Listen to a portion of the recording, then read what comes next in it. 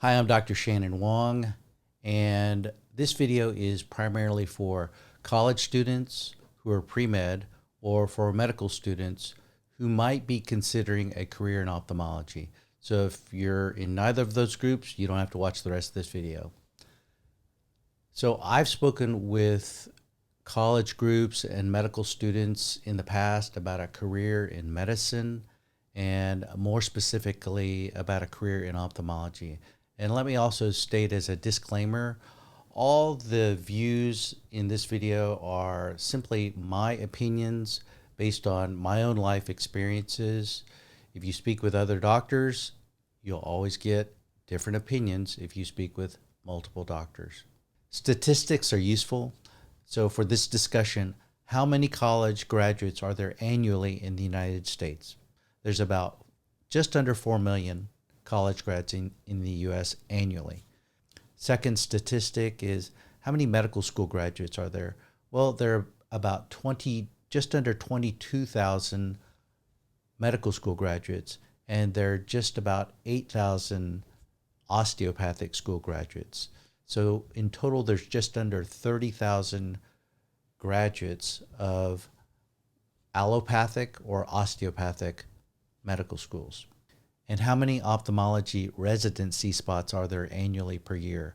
It's 485. Of the 29,746 graduates of allopathic or osteopathic medical schools, 485 or 1.6% of all medical or osteopathic school graduates enter ophthalmology training. How many ophthalmologists are there in the United States? There are about 23,861 ophthalmologists in the United States. And a common question that comes up is, would I recommend ophthalmology as a career for a student who is in college or in medical school? So this question has both a very simple and a more involved answer. The simple answer is yes, ophthalmology is a great career.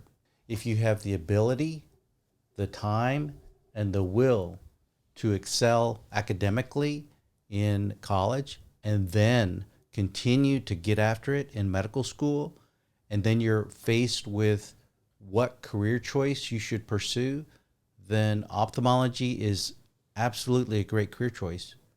However, as in all things in life, there are pros and there are cons to that choice. In my mind, there are 4 basic prerequisites for a person to be able to pursue a career in ophthalmology. The first is the desire to help and to work with people. Helping people is a fundamental aspiration of mankind, and the ability to help people in their health, it's a very gratifying experience. However, working with people is very complicated because people are complicated. So an individual who wants to pursue medicine in general or ophthalmology in general has to be able to learn to work with people at a very sophisticated level because you're dealing with their health.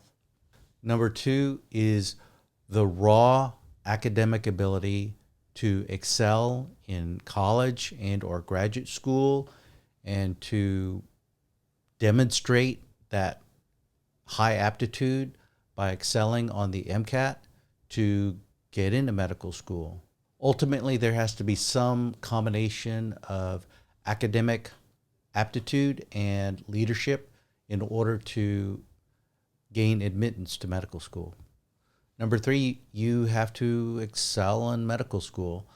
Ophthalmology has traditionally been considered one of the more highly sought after fields to pursue as a medical career. And like all things in life that are highly desirable, there's increased competition for that asset. So if a person in medical school wants to pursue a career in ophthalmology, then they should do above average, at the very least, work or performance during their time in medical school. And the 4th prerequisite to become an ophthalmologist is simply time. It requires 4 years of college, 4 years of medical school, 1 year of an internship in general medicine or surgery, and then 3 more years of pure ophthalmology residency. So 12 years of education after high school, and boom, you're an ophthalmologist. So if you want to pursue a career in ophthalmology, I think it's important for you to understand the dichotomy of this career path. There's a great side, and then there is what I'd call the dark side of every career in medicine, or more specifically in ophthalmology. So what's great? The great things are the schedule. Ophthalmology, for the most part, among all medical fields, has a pretty good schedule. The medical training is rigorous, and you spend a lot of time and a lot of hours during the medical training process. When you're an ophthalmologist, the hours are fairly regular. Most ophthalmologists work Monday through Friday, and they have weekends off. And in some medical fields, you're called in to see patients after hours on an emergent basis.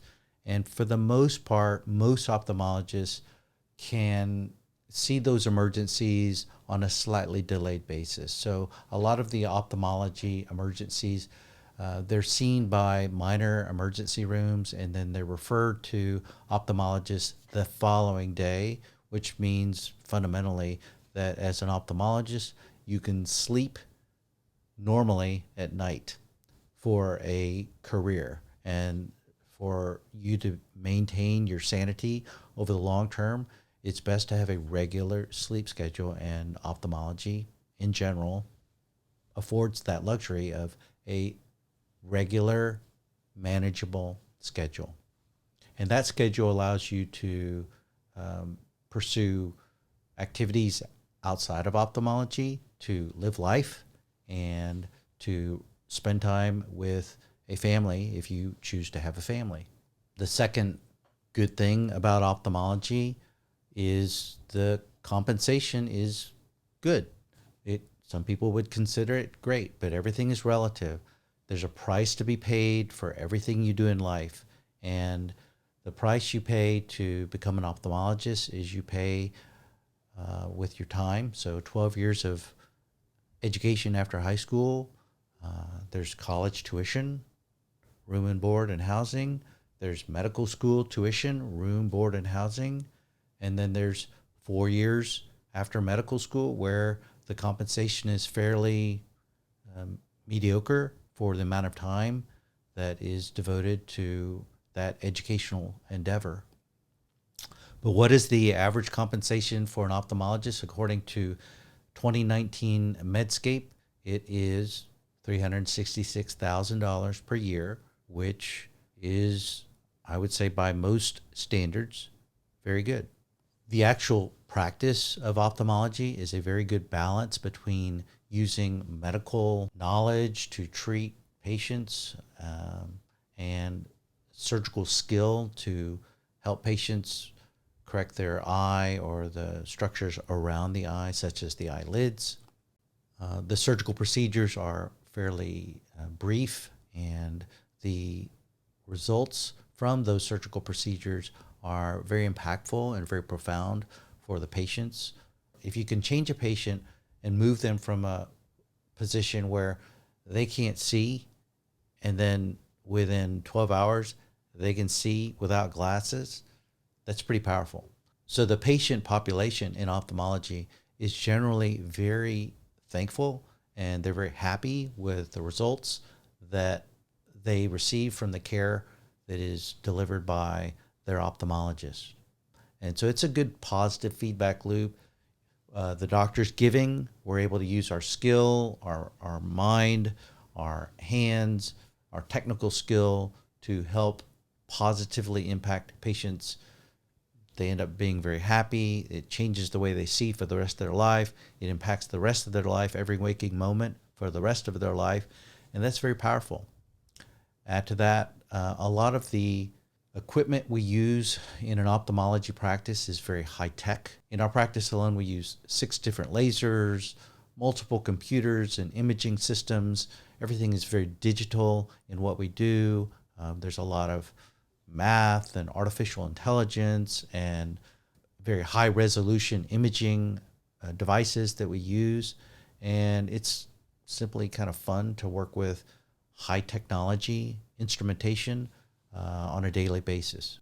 And ultimately, as a physician, you should begin with the end in mind. And at the end of your life, if you've served as an ophthalmologist, you can look back and say, hey, I've helped a lot of people in a very impactful way. I've changed their lives because they've been able to experience life in a more meaningful and fulfilling way. I've helped them to see and experience the world in a better way than they could without the care that we administer to them. So it's a very gratifying experience in being able to help humanity, and I think that's all our responsibility as good, capable human beings in life. And medicine and ophthalmology allows us a great vehicle to fulfill that mission. Basically, at the end of your life, you've really helped make the world a better place, and you've helped a lot of people along the way, which is cool. So what are the downsides? Well, I would say the number one downside to becoming an ophthalmologist is time. It's opportunity cost of time. I remember starting in college, I would see my friends partying and having a great social life while I basically had an inferior social life during that time because of the amount of effort that I had to put forth to get the grades, to put myself in a position to get into medical school. So there's a sacrifice it starts in high school. You have to excel in high school, and that takes work. Excel in college, which takes more work. And then you have to get into medical school and then excel in medical school. And at each step along that process, you have to allocate a tremendous amount of time and energy and stress and sleep deprivation to achieve at a high level, to put yourself in a position to get to the next competitive step. So it takes 12 years after high school, and those 12 years require quite a bit of effort. It's not easy. And if you're 18 and you add 12 years, then by the time you actually start practicing in your profession that you've trained for, you're less than a spring chicken. You're basically 30 years old. And it's interesting that if we Google what is the average age of a first-year medical student, according to the Association of American Medical Colleges, the average age of students applying to medical schools is 24. However, we have increasingly been witnessing late bloomers aspiring to glean admissions into medical school. This is students applying to medical school. So that basically means, according to this organization, the AAMC, the average age at which students are starting medical school is 24 years old. So that 25-year-old first-year medical student will be in school at least 8 years. So they'll be 33 by the time they finish their ophthalmology residency and begin actually working in their chosen profession.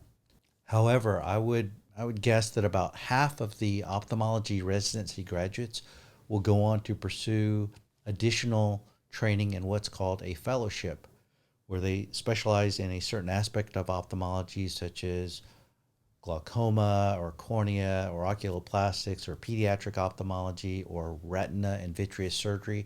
And those fellowships take an additional 1 to 2 years. So that 25-year-old may go on to pursue 8 plus 2, 10 years of additional training. And so they'll be 35 by that time they actually finish their training and begin working to make a living as an ophthalmologist in their chosen field.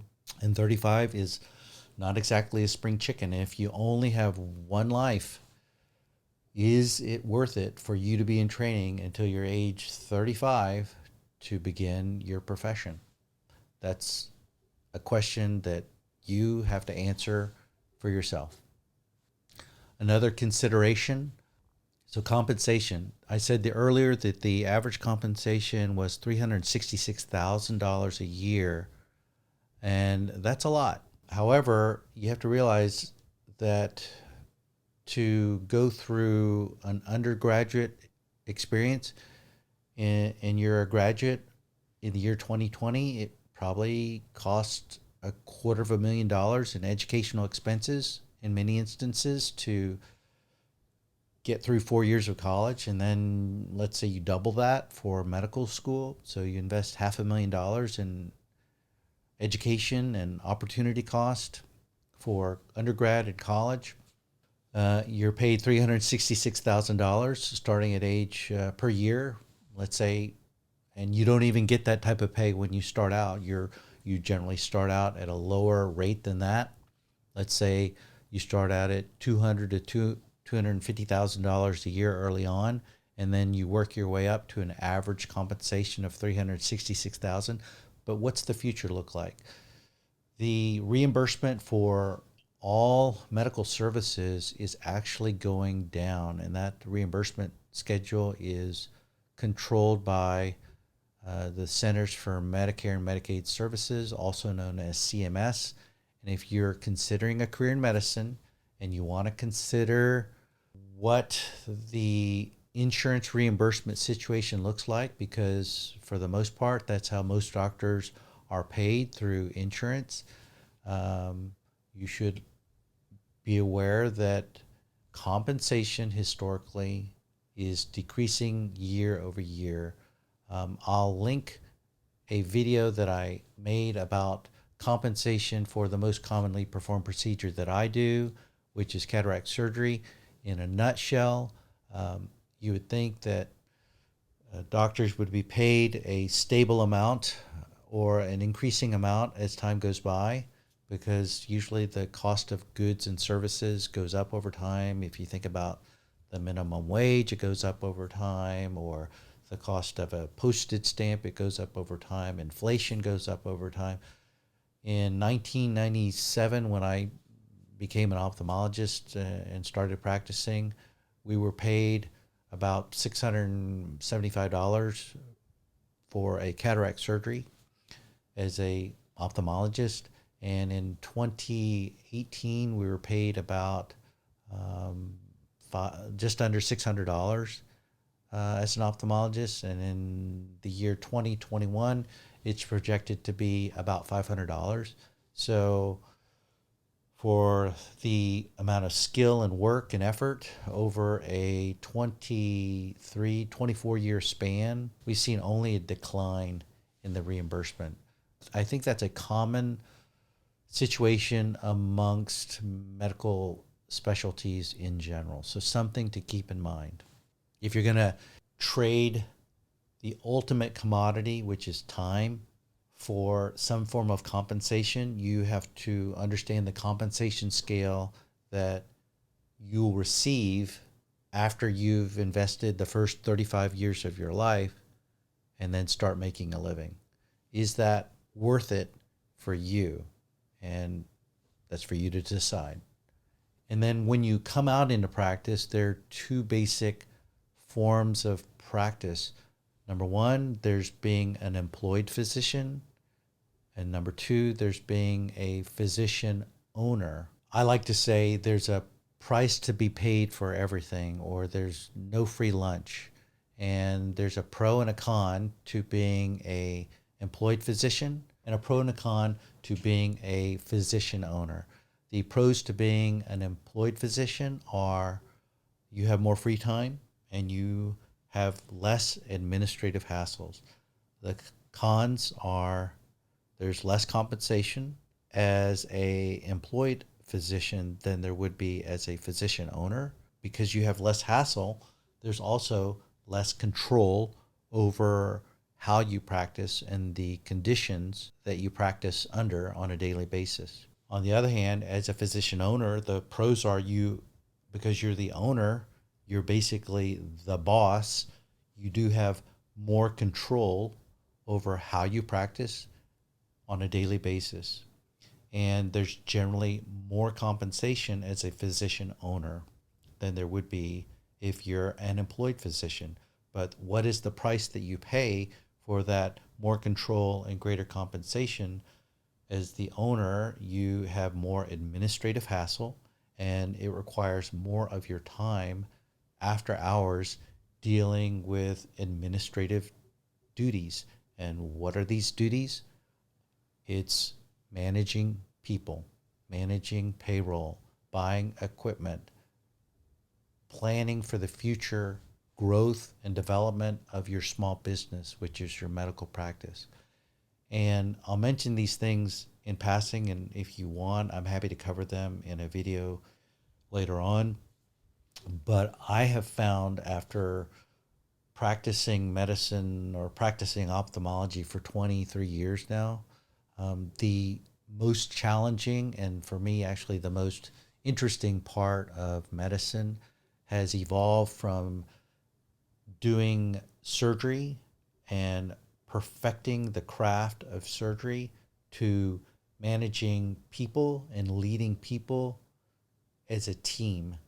That has, over my career, become a source of interest for me, and it actually keeps me going and keeps the practice of medicine fresh and interesting. Because if you work hard enough at the medical and surgical aspects of ophthalmology, you actually can, for the most part, master that craft and perfect it to the level of technology available to you.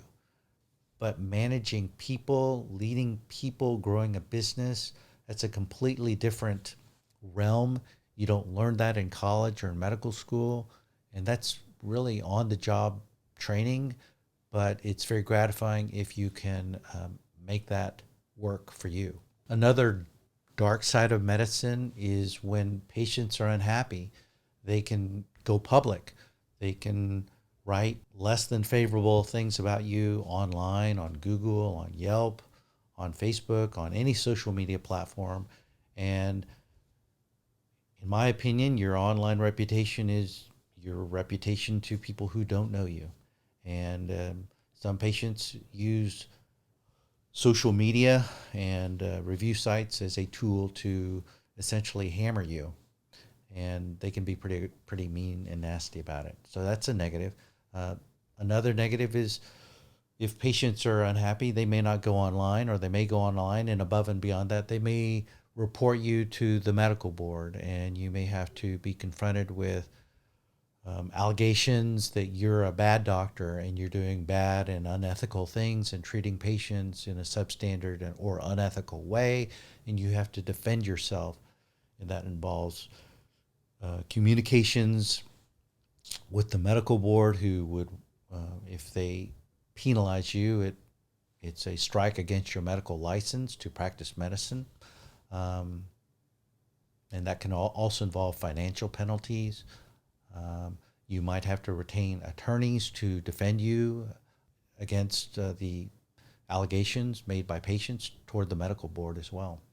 Lastly, there is the distinct possibility over a physician's career that a patient will justifiably or unjustifiably file a medical malpractice lawsuit against you, and those take 2 to 3 years to sort out. It's a long, challenging, expensive process to go through. It requires a lot of your time, emotional energy, and it sometimes can require a significant amount of your financial resources to defend yourself against these claims. And that's just one of the unfortunate, what they call costs of doing business in medicine or in healthcare. Why would anybody write bad things about you on social media or online reviews, or turn you over to the medical board or sue you? It's because you're dealing with people, and though you may put forth your best effort and be highly skilled, you may do everything to the best of your ability and go above and beyond for people, you're ultimately dealing with human beings, and people are people and they're complicated. And some people are, no matter what, they're going to find some reason to be unhappy. And if they target their unhappiness toward their physician or their surgeon or their ophthalmologist, then they can make your life very unpleasant. So part of the art of avoiding these situations is managing expectations when you communicate with patients, developing your emotional intelligence or EQ to understand how people think. And that requires being open minded and humble enough to understand where people are coming from, and then kind of fine tune how you communicate with them to connect with them in the way that they understand you and understand their situation and develop a realistic expectation. And then when things, despite your best efforts, don't go as expected, then how you manage those difficult situations is exceedingly important. And again, that requires a sense of humility and kind of an earnest attitude to learn and grow from the mistakes or the unhappy patients that you encounter. You're dealing with humanity, and the art of a successful life or a successful career in medicine involves learning to deal with humanity in a professional and a very sophisticated manner to make all parties ultimately, at the end of the day, happy. So real briefly, what was my path to become an ophthalmologist? I grew up in Austin, and I went straight through the educational process. I didn't take any time off. So I graduated high school when I was 17. I went to Rice University for 4 years, Baylor College of Medicine in Houston, Texas for 4 years, did a 1-year internship at Santa Clara Valley Medical Center in San Jose, California, where I did what they call a transitional internship, where you do a mix of surgical and general medical and pediatric care in a hospital setting for a year. And then I did 3 years of pure ophthalmology training at Temple University Hospital in Philadelphia, Pennsylvania. And then I joined a private practice in 1997 as an employed physician. And I worked as an employed physician for the first 4 years of practice. And then I became a minority owner in the practice after 4 years of practice. And then at year 12 and again at year 22 in private practice, I acquired more and more shares of the private practice corporation. And so then I became a majority shareholder in our practice. And now I'm the president and CEO of our private practice ophthalmology, which is Austin Eye. And my final recommendations to you are simply to evolve as you grow over time. You only have one life. Evolve to become the best human being you can be. If you're in medicine or in ophthalmology, evolve to become the best ophthalmologist that you can be over time. Don't be stagnant. Don't be an ophthalmologist that has the same kind of mindset and practice patterns that you learned in your training, and you maintain that for the rest of your career, because change is constant and you have to evolve to become a better physician and surgeon over the entirety of your career. And as you evolve as a person, it actually keeps things interesting because you know you're growing and you're becoming better and better. And that should be, in my opinion, a life goal for everybody. And the decision for medicine and ophthalmology, for me, it worked out. It worked out beautifully, but it wasn't without a lot of sacrifice and hard work and opportunity cost and time. And I don't have any regrets about becoming an ophthalmologist, But I will say that when I was in my 20s in college and when I was in medical school, even when I was an ophthalmology resident, I had no idea what the real world and the real practice of ophthalmology was like.